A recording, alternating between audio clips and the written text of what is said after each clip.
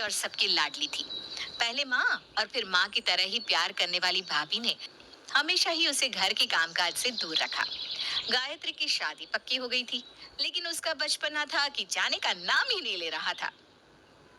गायत्री, खाना बन गया है, आओ जल्दी से खा लो। आहा भाभी, आपके हाथ की गर्मा गर्म फुल्की खाकर तो मजा ही आ जाता है सच में। हाँ हाँ, जितने दिन इस घर में हो खा लो भाभी के हाथ के गरम गरम फुलके। उसके बाद तो ससुराल में गरम फुलके भूल ही जाना। वहां तो पहले सबको खिलाओ फिर खुद खाओ। क्या भाभी, अनुराग का इतना बड़ा बिजनेस है, काम करने के लिए एक नौकरानी नहीं लगा सकती क्या? मैं तो नहीं खा सकती ठंडी रोटियां, मैं तो वहां भूखी मर जाऊंगी और मुझसे तो होता भी नहीं इतना तामझाम। अरे बेटा, ये क्या बात हुई? अभी तो शादी भी नहीं हुई है और अभी से तो काम के लिए जी चुराने लगी। आप बस देखती जाओ भाभी, जाते ही सबसे पहले मैं अनुराग को समझाकर एक बढ़िया सी नौकरानी रखूंगी, फिर वो पकाएगी और मैं खाऊंगी, सारी टेंशन खत्म। गायत्री की बात सुनकर उसके बचपने पर नैना हंस देती है। समय पंख लगाकर उठ जाता है और जल्दी ही गायत्री के ससुराल जाने का समय भी आ जाता है। माँ सावित्री और भाभी नैना भारी मन से अपनी लाडली गायत्री को विदा करते हैं। ससुराल में जाने पर कुछ दिन तो बड़े अच्छे गुजरे, क्योंकि गायत्री बस आराम कर रही थी और उसकी पसंद का अच्छा अच्छा खाना उसे बिस्तर पर बैठे बैठे मिल रहा था। बेटा गायत्री, आज तुम्हें पग फेरे के लिए जाना है। वहां से आकर तुम घर के काम में हाथ बटा सकती हो। गायत्री अपने पति के साथ पग फेरे के लिए मायके आ गई थी। भाभी, इतने दिनों के बाद मैं आई हूँ, आज तो आपको स्पेशल सा बनाकर खिलाई दो। सच्ची आपके हाथ के खाने की ना बहुत याद आ रही थी मुझे। अरे बेटा, अब तेरी शादी हो गई है, भाभी पर हुक्म चलाना बंद कर और रसोई में जाकर उसकी मदद करवा। तेरी भाभी इतना अच्छा खाना बनाती है, कुछ सीख ही ले उससे बेटा। माँ क्या है, 2 दिन के लिए बेटी आई है और आप उसे काम करने के लिए बोल रही हो? भाभी देखो ना। ठीक ही तो कह रही है गायत्री। माँ जी, हमारी गुड़िया 2 दिन के लिए तो आई है, आराम करने दो ना उसे। नैना बेटा, तूने सर पर चढ़ा रखा है इसे। देखना, कल को ससुराल में काम करना पड़ेगा तो तारे दिखाई देंगे इसको। अरे माँ जी, मायके में ही तो बिटिया अपनी मनमानी कर पाती है। अब तो वैसे भी ये पराई हो गई है, आप कहाँ मिलेंगे इसे गर्मा गर्म फुलके। हाँ हाँ ठीक है, आज नहीं सुधरोगी तो कल भुगतोगी, मुझे क्या। गायत्री पग फेरा करके 2 दिन बाद अपने ससुराल लौट गई थी। बेटा गायत्री, आज से तुम रसोई संभालो, कुछ मदद की जरूरत हो तो बता देना।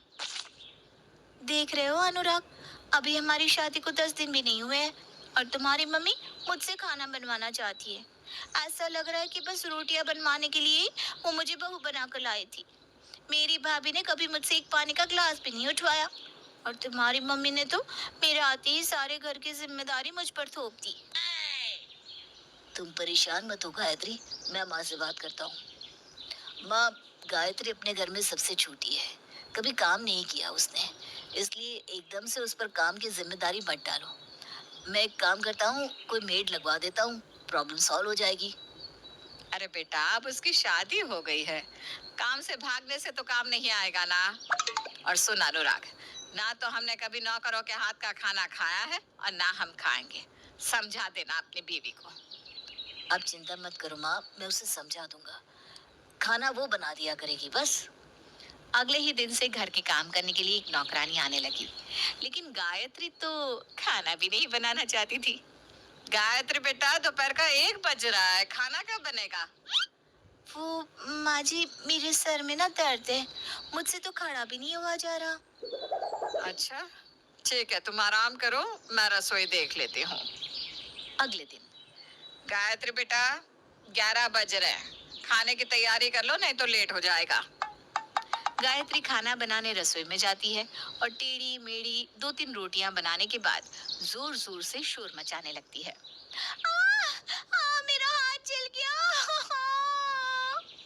माँ जी, मेरी उंगली जल गई है, अब मुझसे रोटी नहीं बनाई जाएगी। गायत्री की सारी चालबाजी रमा को समझ आने लगी थी। खाना बनाने के समय कभी वो सर दर्द का बहाना बनाती तो कभी हाथ दर्द का, कभी कहती चक्कर आ रहा है तो कभी हाथ जलने का बहाना कर लेती।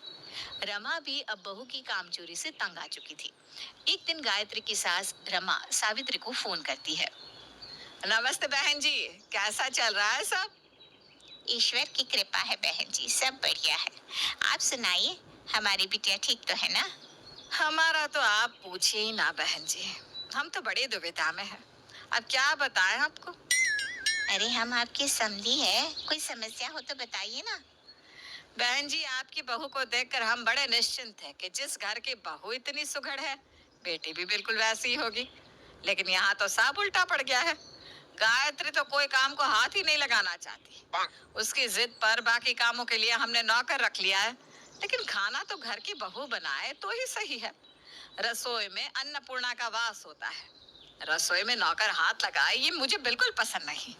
शुरू में तो कुछ दिन मैंने सोचा कि नई नई शादी है, थोड़ा घूम फिर लेने देती हूँ, इसलिए काम का दबाव नहीं दिया। लेकिन गायत्री तो सब छोड़कर बैठी हुई है। ना उसे सुबह का नाश्ते की परवाह रहती है, ना रात के खाने की। रोटी बनाने से तो वो ऐसे भागती है कि क्या बताऊं। जिस दिन से आई है मैं ही उसे पका कर खिला रही हूँ, ऊपर से बात बात पर मुझे ही सुनाती रहती है। मायके में तो कभी भाभी ने मुझसे एक गिलास पानी भी नहीं उठवाया। देखिए, मेरी कोई बात बुरी लगी हो तो माफ कर दीजिएगा बहन जी, लेकिन हम तो आपकी बेटी से ना बिल्कुल थक गए। शादी से पहले कुछ तो काम सिखाना चाहिए था आपको। जैसे आपकी बहू सब संभाल रही है, हम भी तो चाहते हैं कि हमारी बहू घर गृहस्थी संभाले। हम कुछ गलत चाह रहे हैं क्या, आप ही बताइए। नहीं नहीं बहन जी, गलती आपकी नहीं गायत्री की है, और शायद हम सास बहू की भी। अब गलती सुधारने का समय आ गया है, आप चिंता ना करिए, मैं उसे सब समझा दूंगी। शाम के समय गायत्री के पास नैना भाभी का फोन आता है। जल्दी से आ जाओ गायत्री, माँ के पैर में फ्रैक्चर हो गया है। ये क्या कह रही हो भाभी, आप माँ को संभालिए, मैं अभी आती हूँ।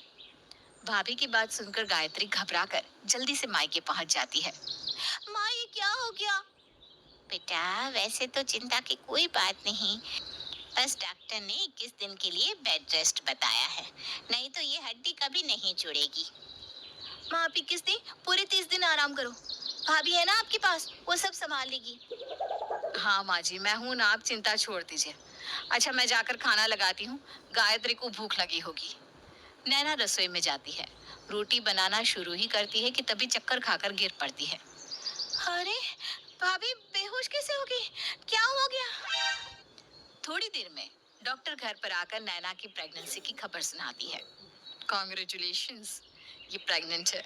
इन्हें 1 महीने तक बिल्कुल बेड रेस्ट करना है, तभी ये प्रेगनेंसी सही रहेगी। नैना को कमजोरी बहुत है, इसलिए अच्छा खाना और आराम बहुत जरूरी है। अच्छा हुआ गायत्री बेटा तू आ गई, अब तो बस तू ही है जो सब कुछ संभाल सकती है। बेचारी गायत्री बिल्कुल फंस गई थी। है? मतलब सारा काम मुझे ही करना पड़ेगा? लेकिन माँ मैं इतने दिन यहाँ कैसे रुक सकती हूँ? मेरी सास से भी तो पूछना पड़ेगा ना? तभी रमा जी वहाँ आ जाती है। अरे बेटा पूछना क्या है, तुम्हारा घर है, मुसीबत में तुम ही तो संभालोगी, और कौन संभालेगा। तुम आराम से रहो और अपनी माँ और भाभी की खूब सेवा करो। तुम ही कहती थी ना भाभी ने तुम्हारी बहुत सेवा की है। चलो अब तुम्हारी बारी है। हाँ वो तो सही कह रही हैं आप, ठीक है। गायत्री की सास रमा सावित्री और नैना से मिलकर लौट गई। इधर गायत्री आज पहली बार भाभी के बिना रसोई में घुसी थी।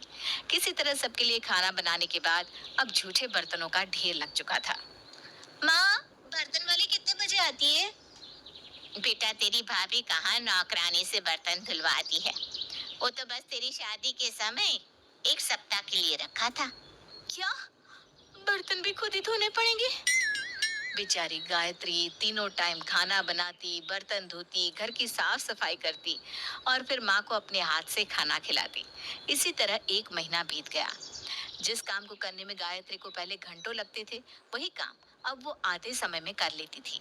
1 महीने के बाद माँ आज तुम्हारा प्लास्टर खुल जाएगा, बस यही दुआ मना रही हूँ कि तुम्हारा पैर बिल्कुल ठीक हो जाए। गायत्री की इतना कहते ही सावित्री अपने पैर से प्लास्टर हटाकर अपना पैर मोड़ कर दिखाने लगती है। मेरा पैर बिल्कुल ठीक है बेटा, चिंता ना करो। हाँ, और मैं भी बिल्कुल ठीक हूँ। आपने अपने हाथ से प्लास्टर कैसे निकाल दिया माँ? ये क्या हो रहा है? तभी रमा भी वहां आती है। मैं बताती हूँ, तुम्हारी माँ और भाभी को कभी कुछ हुआ ही नहीं था। ये सब हमने मिलकर प्लान किया था। क्या? इसका मतलब भाभी प्रेग्नेंट नहीं है? और मैं इतना परेशान रही। मैंने 1 महीने तक इतना काम किया और आप लोग मजाक कर रहे थे। ये मजाक नहीं था गायत्री, ये तुम्हारे लिए एक सीख थी।